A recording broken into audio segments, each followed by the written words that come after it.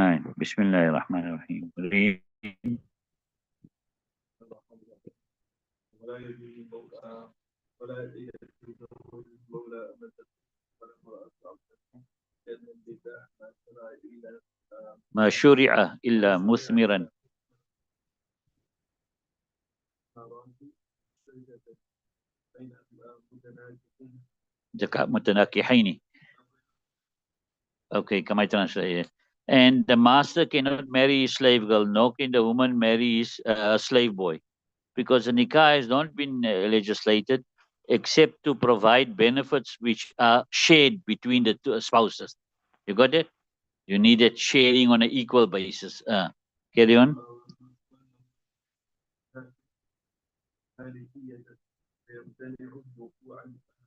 وقوع الثمرة. Or you can even say, yeah, وقوع الثمرة. Okay, put wuku samar ila shirkati is better, right? And being a mamluk, being owned, negates owning, contradicts owning. So if you are slave, then you are owned. So it goes against owning, because in a nikah, the wife also has owns some rights. You understand it? But being a slave negates owning. So therefore, the occurrence of benefits in on the way of partnership will be prevented. In other words, now there won't be that ability for the wife or whoever is the slave to demand his rights in the way of ownership, because he's owned or she's owned. You understand it? Right, read.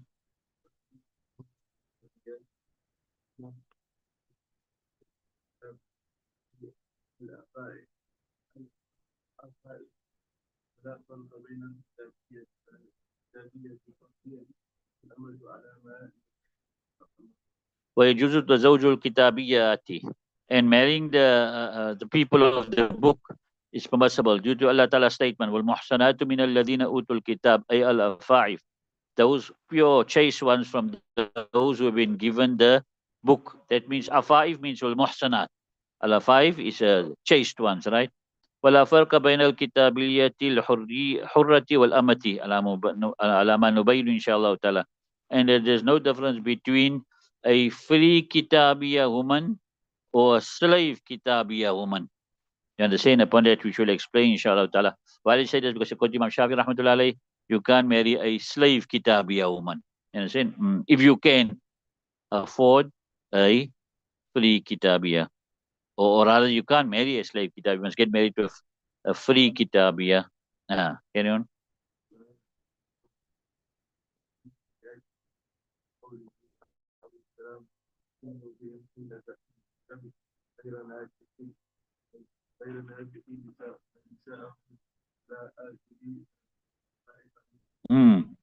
ولا يجوز تزوج المجوسيات, and marrying the fire worshippers is not permissible due to Nabi Kareem's statement that treat them sannu bihim sunnata ahlil kitab, treat them in the way of the people of the book without marrying their women and not eating their slaughtered.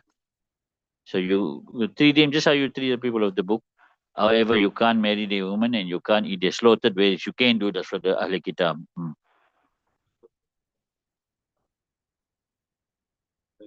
And neither the idol worshippers, because of Allah Ta'ala's statement, وَلَا تَنْكِحُوا الْمُشْرِكَاتِ حَتَّى يُؤْمِنْ, do not marry the mushrikat until they believe.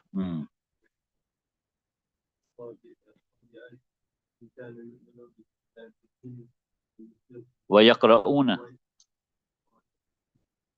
وَيُكِرُونَ. And you can't marry the Sabiyat. There's a particular sect, right? Yeah. If they believe in a deen and they confess with some kitab, because then they from the Ahl Kitab, because they got a deen and they got a kitab. When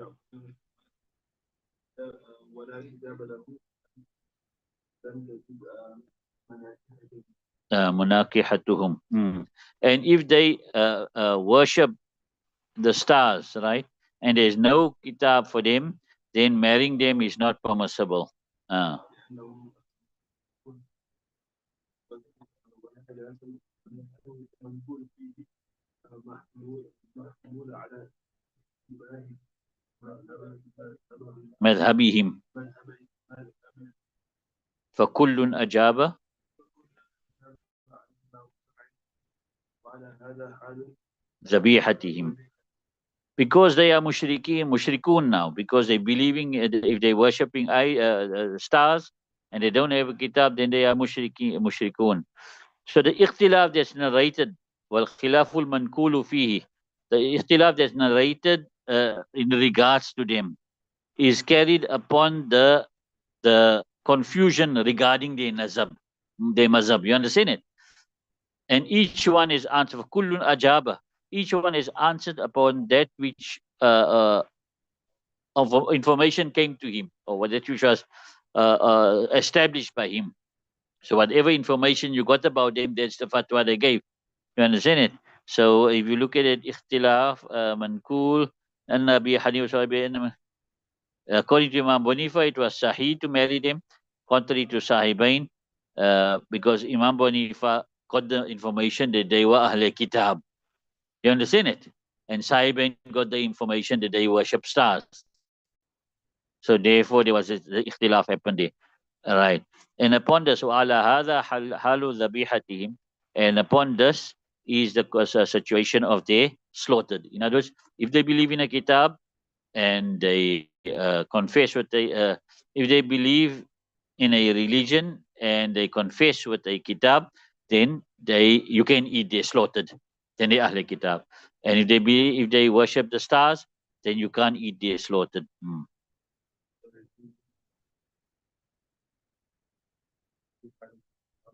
Yeah.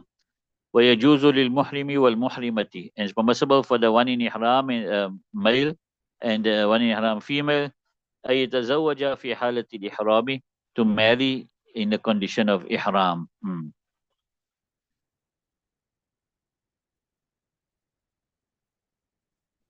الولي المحرم وليته خلافي. Right. Imam Shafi rahmatullahi say it's not permissible. Right. They can't marry in halatul ihram. And upon the same ikhtilaf is the wali. The wali who is the muhrim. He's in the state of ihram. Him marrying off, he's the one who is guardian over, who is the guardian of, right? Same ikhtilaf, right? Imam Shafi said it won't be permissible, and we say it will be permissible. Lahu.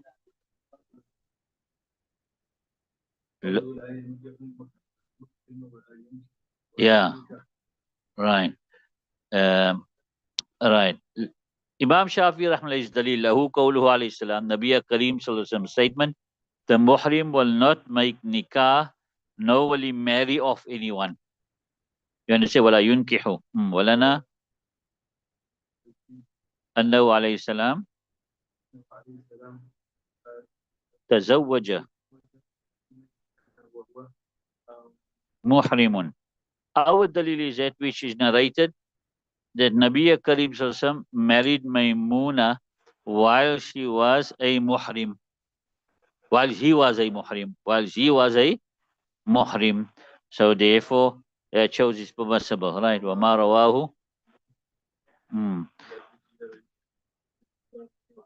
Yeah, and that which Imam Shafi rahmatullah alayhi narrates is carried on the meaning of wati. So in other words, the muhrim will not make wati, and nor will he make somebody else make wati. Wala yunkihu or wala yunkahu, then wati will not be made with the muhrima. You understand it? Right, carry on. Amati. Muslimatan. Right. ويجوز تزوج الأمة مسلمة كانت أو كتابية. And marrying the female slave is permissible whether she's a Muslim or a Kitabiya. للحر.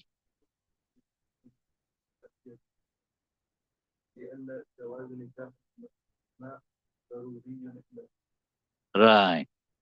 Imam Shafi rahmatullah alayhi says, لا يجوز للحر, not permissible for the free man, أن يتزوج بأمة كتابية, to marry a kitabiyah, female slave, right? لأن جواز نكاح الإماء ضروري عنده, because the permissibility of marrying female slaves is out of necessity according to Imam Shafi. In other words, according to Imam Shafi, you can only marry a female slave when you can't afford to marry a free woman. Why? لما فيه, right? Because of what is in it. In what? In marrying a female slave, from presenting the offspring to slavery. You understand what he's saying? That if you marry a female slave, then your child also becomes a slave. Your child becomes a slave because the child will follow the mother. You understand it? So therefore, he says, only out of necessity will we allow marrying a slave girl. And right, wakat in the fatis, right. And the necessity, wakat in the fatis zaruratu bil muslimati, the necessity is repelled, yeah, what a Muslimah. In other words, what he's saying here is that since you only can marry a female slave at a time of necessity, so that necessity can be done with a Muslim, a female slave. Why must you still go for a kitabi, a female slave? You understand it? Hmm. ولهذا جعل, yeah, and for this reason, right, ولهذا جعل طول الحرة مانعا منه, and for this reason Imam Shafi rahmatullah has made the ability of a free woman a preventer from marrying a female slave. So if you are able and you can afford a free woman, you're not allowed to marry a female slave according to him. Why? Because you're presenting your offspring to slavery. You got that? لإطلاق المقتضي. Right. According to us, the permission is general, right? Due to the generality of the proof. You understand it? If you look at it, فَانْكِحُوا مَا طَابَ لَكُم مِّنَ النِّسَاءِ. General, whatever is pleasing to you from women. قُلْ أُحِلَّ لَكُم مَّا وَرَاءَ ذَلِكُمْ. You understand it? So all these ayats are general. It's not saying it's open. It's open and it's general, right? وفيه وفيه من الود والمحصنات من No, they're talking of فانكحوا ما طاب لكم من النساء. Marry that which is pleasing to you from women. It's not saying telling you marry that's pleasing from you from free woman. You understand it? It's just nisa. Nisa will include the slave woman and the free woman.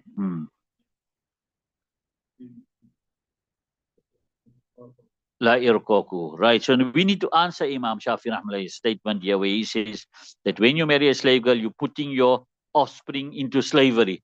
So we say, rather we look at it from a different angle. And in it, وَفِي إِمْتِنَاعٌ أَن تَحْصِيلِ الْجُزْءِ الْحُرِّ لَا إِرْقَاقُهُ. In it, there is actually a holding back from getting free offspring and not putting your offspring into slavery. So we look at it from a technical point that actually when you marry a slave girl, what you're doing is you are stopping yourself from getting free offspring.